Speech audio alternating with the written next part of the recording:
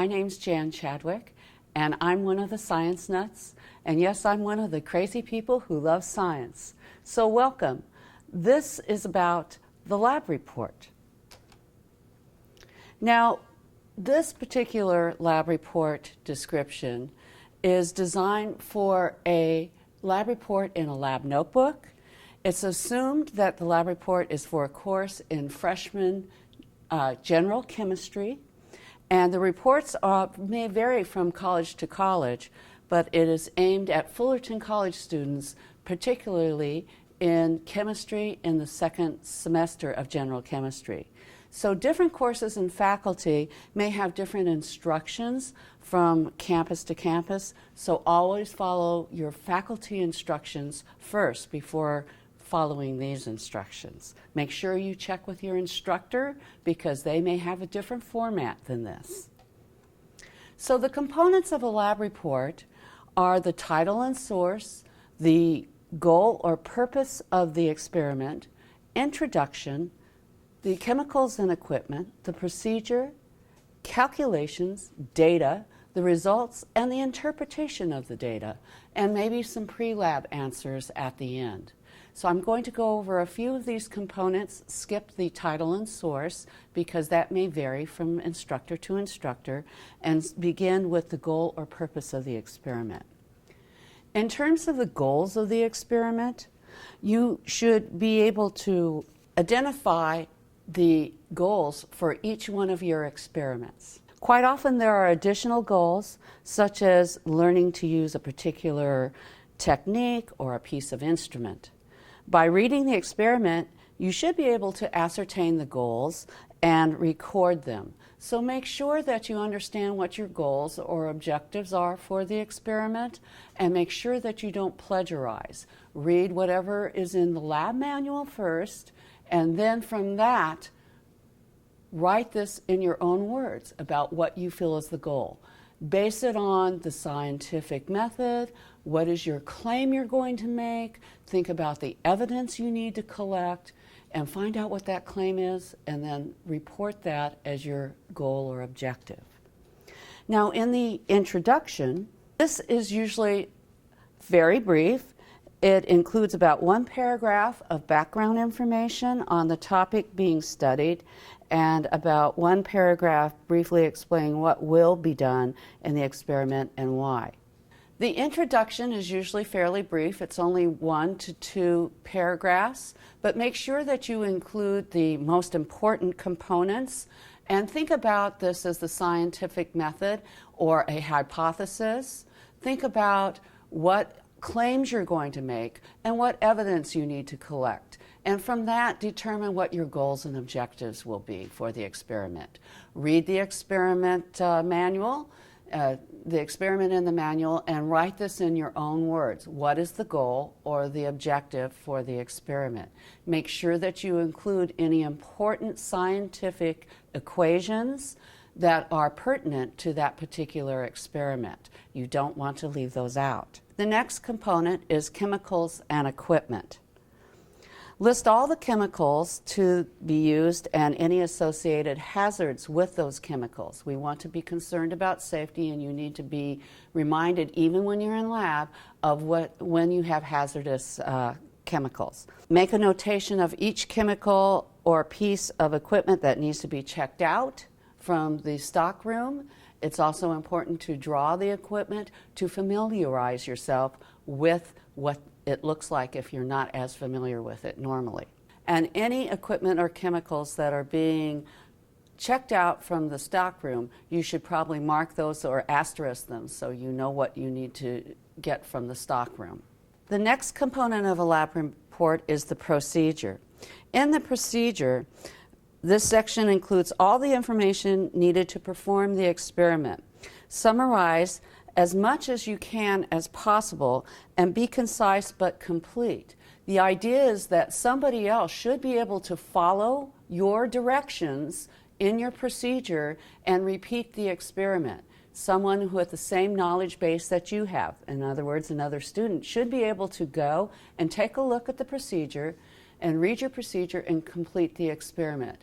If they can't, it's not in enough detail. Make sure that you don't plagiarize. It's not okay to copy the procedure from the lab manual. You need to write the procedure in your own words.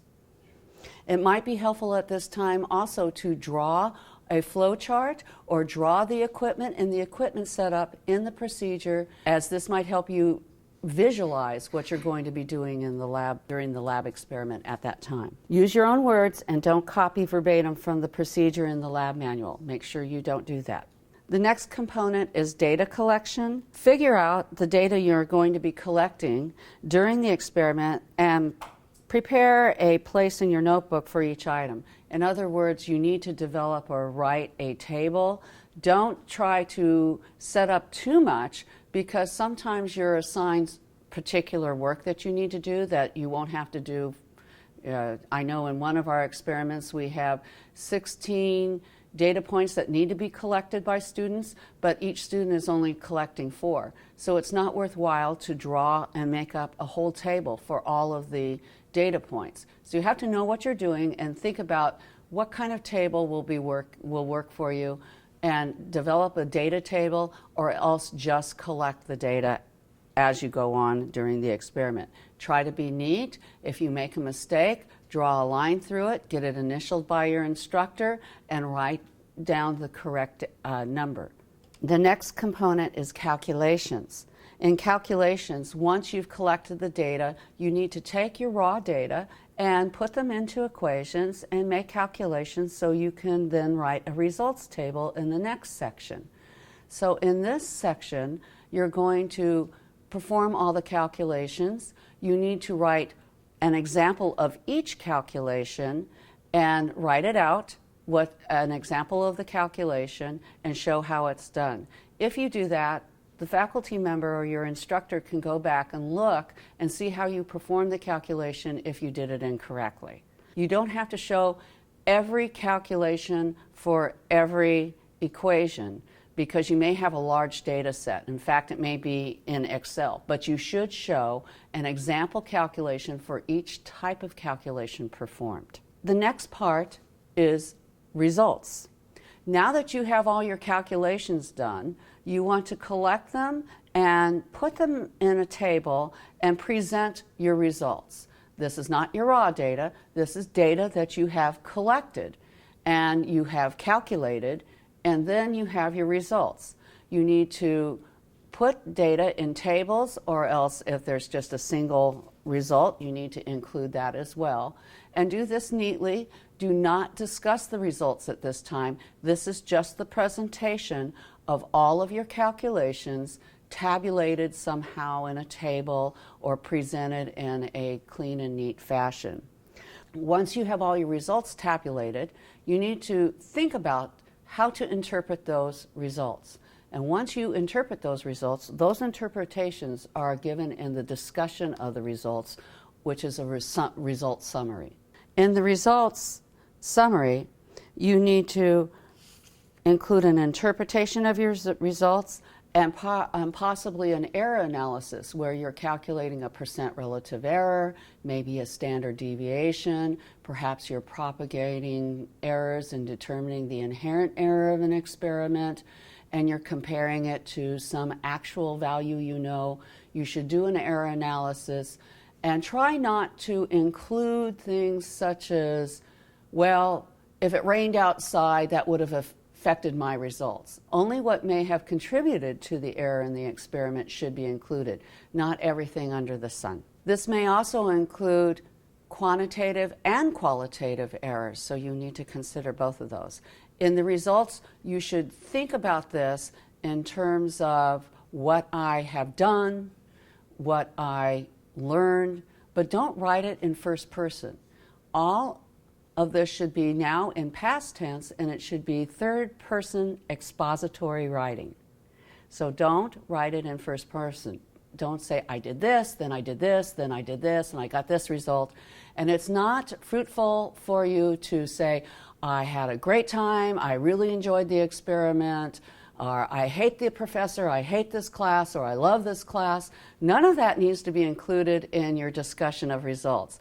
Stick to what the experiment is about and what you learned from it. If you make a claim and you have evidence that you have achieved that claim or hypothesis, indicate so. Make sure that you do that. There may be pre-lab answers. You should include those at the end. It kind of depends on the format and again the particular experiment. Well, that about wraps it up, and I hope this was useful. So thanks for watching Science Nuts.